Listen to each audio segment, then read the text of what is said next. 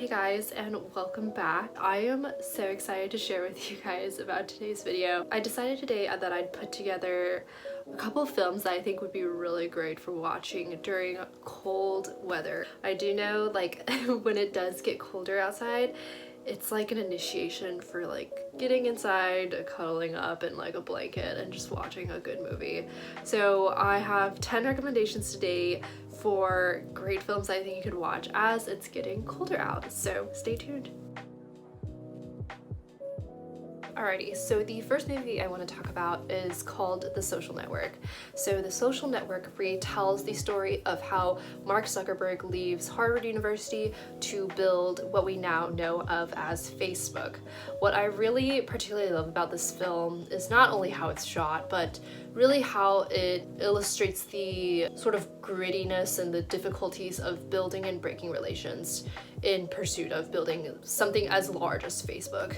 Mark Zuckerberg, who is played by Jesse Eisenberg, who I think is the perfect fit. He is able to say 30 words every 10 seconds, and it really works well into this film. It's that wittiness, that quickness of this whole entire film that really makes it and pushes it into something spectacular in a way. Okay, so the next movie I want to talk about is Little Woman, and I know you probably have already heard about it. It is directed by the god-sent saint of a woman, Greta Gerwig. She's just absolutely fantastic.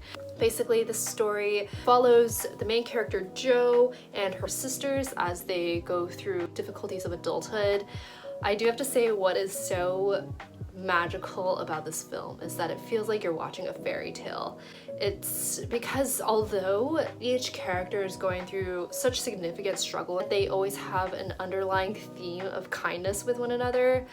No matter how hard things get for them, they always act with such pure and kind intentions. This cast is absolutely legendary. There's Saoirse Ronan, Timothée Chalamet, Meryl's in it, obviously. That's you gotta watch it. But it was just such a wonderful film, and as a random tidbit, they had an amazing selection of classical music in it. They very intentionally placed it in such beautiful parts of the film that made classical music really sing in a way, and I really can't suggest it enough. I highly recommend it. Watch it with your family, watch it with your friends. It's an amazing film. So the next film I'm going to talk about is something that I actually just recently watched. A lot of my friends have been recommending it to me, and I absolutely loved it. The movie is called Fantastic Mr. Fox. It is directed and written by Wes Anderson, and it's this claymation film about this middle-aged man who...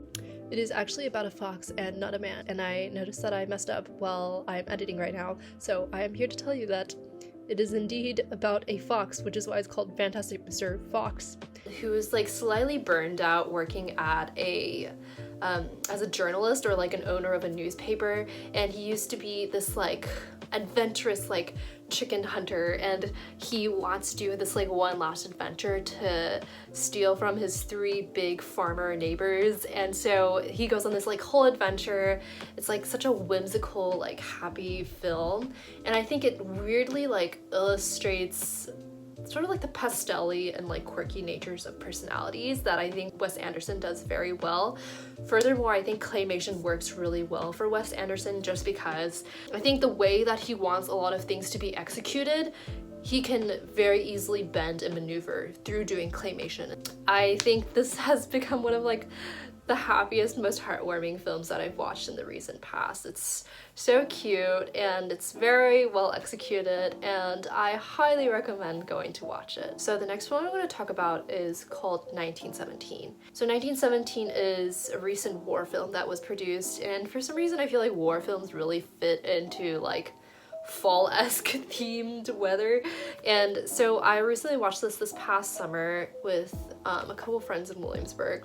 Essentially, the story is about this boy. So I noticed I really wasn't doing that great of a job of explaining this movie, so I want to try again and see if I can do better. So essentially, this movie is about 2 boys, and they're called in by their general, and they're told that the neighboring army is about to walk into a trap the next morning, and this trap is set up by the Germans, but they think that it's just going to be a normal normie attack and that they'll win or whatever, but they are not going to win. They're going to go there and they're all going to be massacred. So they tell these two boys, you need to make it across the river and make it to this troop to let them know that they need to call off the attack, or else all these like thousands of men are going to be massacred. So yeah, this is the story of them essentially walking there and hopefully staying alive and sending this message over. There's such intensity in this film because any wrong turn is like a fatal turn. And what really maximizes this intensity is that because they're in open plain battle, it's completely quiet. It's like utterly silent until something really bad happens. And then there's this like built up, like, it's really good. I highly recommend watching it. It's very full of a feeling to finish watching this film. Alrighty, so this next movie I want to talk about is The Farewell.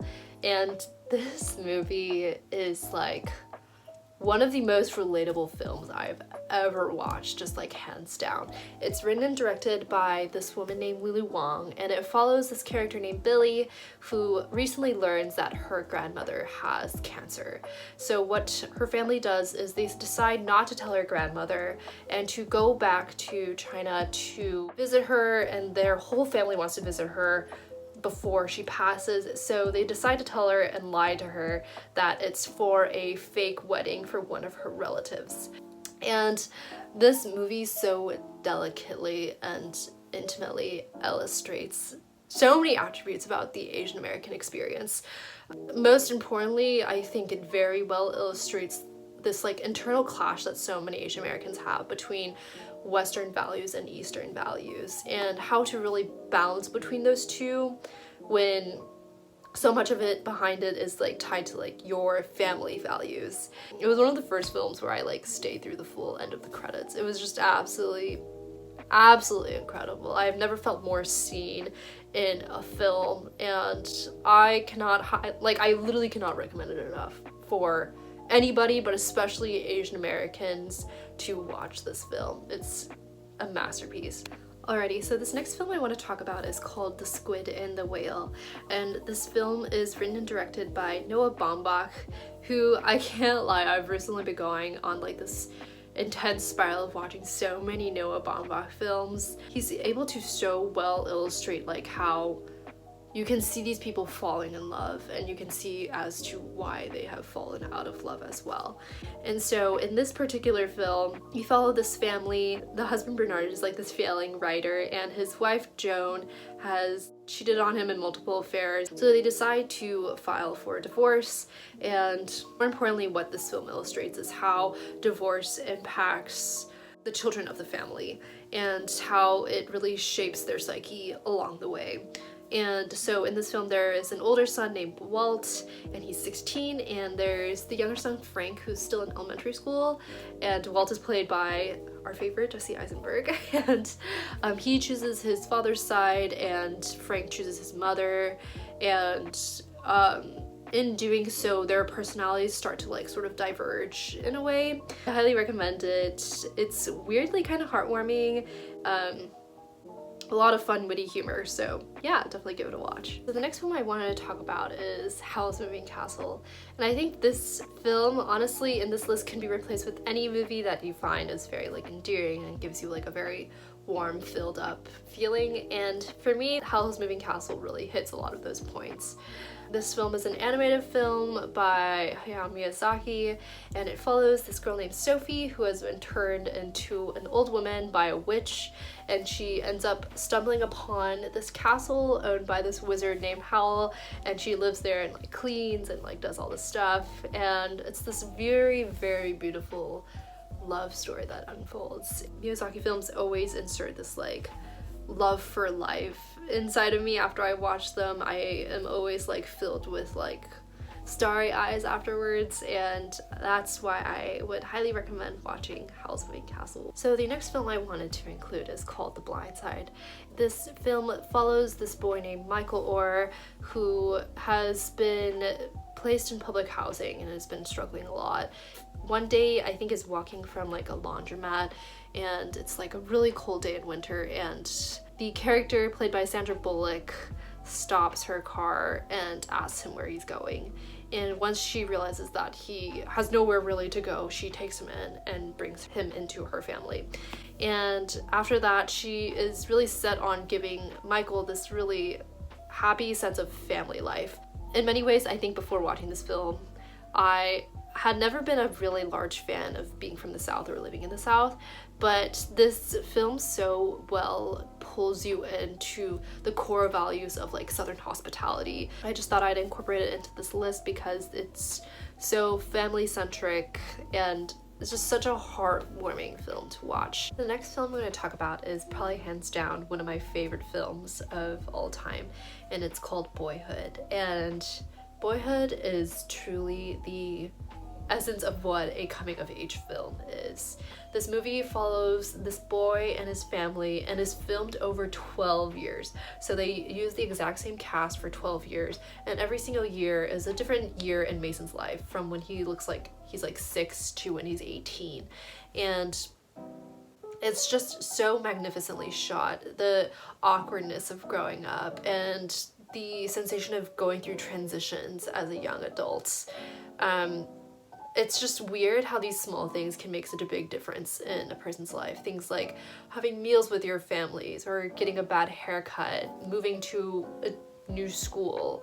And it seems like such an obvious construct of like, oh yeah, of course your experiences create who you are as a person. But I think to really capture that in a film is just this kind of like weirdly like life-changing kind of experience to have. I highly recommend it, and you definitely should go watch it. Okay, so the last film I want to talk about today is Dead Poets Society, and I couldn't think of a better movie to include on this list than Dead Poets Society. So Dead Poets Society follows the story of this boy named Todd who has recently been enrolled into an elite private school in Vermont, and he quickly becomes friends with a group of boys, and they're enrolled in this like honors English course that is taught by this professor named John Keating. And John Keating is played by the amazing Robin Williams. This professor teaches in a very like unorthodox manner, which is very against the grain of like how this private institution is set up. And so what John Keating does in the first class is that he asks them to tear out pages in the book. He has them run around the courtyard, just kind of like find individualism type of style. And it's just such a beautiful story. It really illustrates the importance of education for young people. It makes you think deeper, it makes you feel deeper, and I absolutely loved it, and I can't recommend it enough. Alrighty, so that is all that I have for today. I hope you enjoyed some of the recommendations that I talked about. I hope you'll maybe go and see a few of them. They're all amazing movies. Can't really recommend any of them enough. But I hope you enjoyed this video, and I will see you guys in the next one.